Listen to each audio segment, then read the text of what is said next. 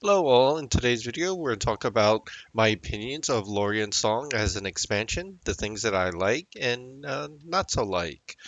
But before we get into that, I do have a personal message. My YouTube channel actually hit 1,000 subscribers, so I do want to thank my guild, especially, that's been supporting me with this, and then everybody that's reached out from other guilds and different servers and messaged me things and everything. It's really been such a humbling and fruitful experience. I started channel about 3 years ago. Was like during COVID lockdown where people were told to stay home, and I noticed an influx of people playing, which is wonderful. So I decided, hey, I'm home already. Let me start making some videos. So whenever people come back, I say, hey, go watch my videos. I have like zero video editing skills and everything like that. So you'll see all my videos are not cut. They're, one takes and everything like that. But I've gotten better based on the feedback and people telling me, hey, you should do this or you should do that. So again, wonderful, and I thank everybody for the support. So let's get to the expansion and the things that I think. Okay, so I already put some notes up here on some of the things that we're just going to talk about. I think the design is wonderful. It's one of the best looking expansions in recent years. All the zones are well designed as far as it looks. It definitely like looks like they put some like effort into it, how it looks. Like the inn looks like an inn. It's pretty, right?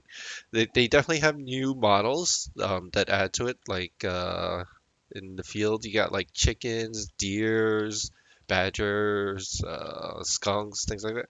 They actually look decent, like really good. And if once they start placing them in the marketplace, so people could put them in the homes, I'm sure they're gonna make a lot of money with that. So all the zones I think are like nice, except maybe African Keep. I'm a little tired of snow. Like that's gonna be honest with that. All the zones are open, so it's pretty friendly to be pulling and things like that. So looks are good. We got new Merc gear. It's been since the Burning Land since we got, and they made it general now. So there's no longer like the cleric only gear or cleric suggested gear. It's one set for all, and the stats are significantly better on them. So it's worth it. If you use mercs, definitely get them. They're not so rare, but they can come from named more commonly, but definitely could come off of trash. So look for that. The grandiose so and so of the contracting. New power sources. I don't have any right now, but you have a new set. They seem to drain normal amount as the recent expansion, so there's that. We got new Type 1819 AUGs. Currently, they're going to be adjusted. The stats are small stat boost, but the focus stuff is going should be improved. The definitely has been addressed, and as soon as they have time, they will get to that. So if you're getting the focus drops, let me see if I have one on this character. No, I do not. It's like the green thing, the alkalite thing that will make the group versions. They're all makeable right now. So you could get the casting one, the attacker one, whatever, but just keep them for now when the stats go up. It's a great expansion, really is, for new people to come back. They give a lot of shit to the level up expansions where you have to quest for it. But even not questing and just grinding, just because the way things are tuned currently, I can't promise that it won't be changed, but things seem to be pretty easy to tank and spank and just grind away if you want. Experience is still not great, but killing things doesn't seem to be as hard. You know, joking aside, a paladin in my guild was like, "Oh, I forgot I'm not in NOS. I'm in LS. I can tank 5 mobs and kill them, no problem." So, something to be said that this expansion, tanking wise at least, is easier than last, and I do agree with that assessment. We get a new neck. I do love these evolve items personally. It gives me something to do during the year. It seems to be following the cloak. Like the first one needs champion, the second one needs paragon, and so forth like that. These do come from the two missions. They're extremely rare. Not gonna lie, I earned about like from buying like 9 Type 5 Augs before I even saw the first one.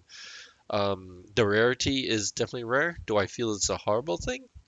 Not so much. I mean, this expansion is pretty easy.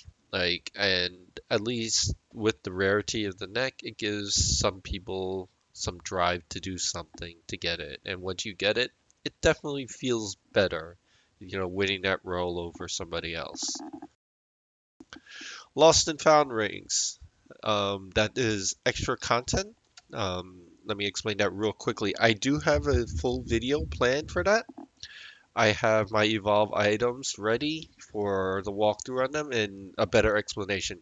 But long story short is basically you pair up with a partner, whoever you choose to. One person will complete the lost quest, the other will complete the found quest. Once both quests are done and each individual has their ring, you're going to target each other, click the rings on each other that will pair you. Once you're paired and while in zone with each other, you can basically teleport to the other. So it's like a call the hero. I see great use with this if you're like a mage or a rogue, where the rogue would run to a camp very far away, the mage would teleport to the rogue, and then the mage would call the hero to the rest of the group. Something to that effect, I think, has great value. Is this something that's greatly needed in the game? Probably not, but it's something. So there's that. My favorite song is Laurion's In, for sure. Like this zone is pretty. I really do enjoy it. I do feel if they do keep this theme for the next expansion, the doors 12, 13, 14, 11, these are going to be where the next expansions will be. No proof, but if they keep with the trend of one, the level up expansion is the new theme, and then the second expansion is continuation, this would be the most ideal spot for when the new stuff comes in. So that's what I think is going to be. My least favorite, as far as design, looks, is the Acumen's Keep. I'm done with ice. After TOV expansion, yeah, I don't like ice anymore. Too much of it. But as far as stuff like that, yeah. Missions. Good thing is they give 135 currency each. Now, the bad thing, and we'll get to that later, is that there are only two. But 135 currency each. If you do both, that's 270. That's about 50% more currency than if you were to do the four missions in NOS, for example. So you're getting your Type 5 AUGs much quicker. Now, granted, I do play a lot. Like, there's no question about that. But I've completed already my Type 5s because it's just 50% much faster and only two missions. So depending on your opinion and your playtime, this might be a great thing, right? That you're going to be able to finish your Type 5s much quicker. The Type 5s also do drop from mobs, and they do seem a little bit more common for some reason to me. Maybe it's just that more people are playing, but for sure, they're dropping off of Tier 1 mobs.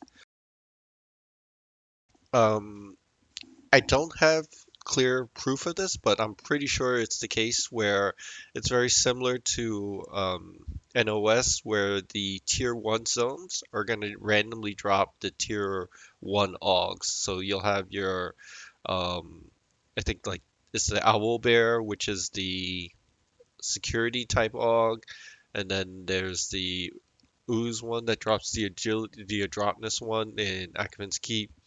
But the Type 5s should be dropping off of anything. But someone correct me if I'm wrong, but I'm pretty sure that's the case of Tier 1 zones at least. Okay, not so good things. I think you know they could improve in future runs if they care to do so. Less content. The quests are all. I can't say anything is hard this expansion. It just seems a lot of excessive running in zones. It just seems like it's filler. Like there's just not much to it. Like the hardest one is probably going to be Paolo, the Conqueror one, Shadier Neighbors, I think it is, and that's just grinding, and that's okay for me. So I can't say it's hard, but that's probably going to be the most challenging out of all. Uh, Only two missions, excuse me. I'm not a fan of that. I like doing missions. It keeps people busy. People like different content. But yeah, only two missions, only 8 raids. Again, same thing. People like content. We're used to something, and I just hope that this isn't going to become the normal. Like, oh, we sold a lot of expansions, and the customers are okay with only two missions. I really hope not. I hope they give us back our 4 missions and 9 raids or more next expansion, right? Because we pay for it, right? We have certain expectations. Personas, I feel it's extremely rushed. During beta, they were ironing it out. Props to the team. Like they definitely grinded it out from where personas were at the start of beta to where it is now. They definitely put in the man hours, and I do appreciate that. But uh, personally, I'm still not a fan. I'm not sold on it. I think personas are going to be great for the casual based players where, I see it often where people play a class to a certain point and then they hit a wall just because the resources available. Like they just can't progress the character any further than they make a new character. I think this is a wonderful thing for that kind of player base. And again, this is just my opinion. Don't chew my head off. I'm sure that people will feel differently, and that's totally cool, right? And it's just a lot of the high player base already has different accounts and classes that they already need or would want. So we'll see how that is. And as far as personas, I was assured that it will not delete your character. So certainly, if you are curious, go for it. But it still needs a little work. The last thing is like timber drops you'll see, and for sure it's been addressed in the CRC, and they will take a look at that.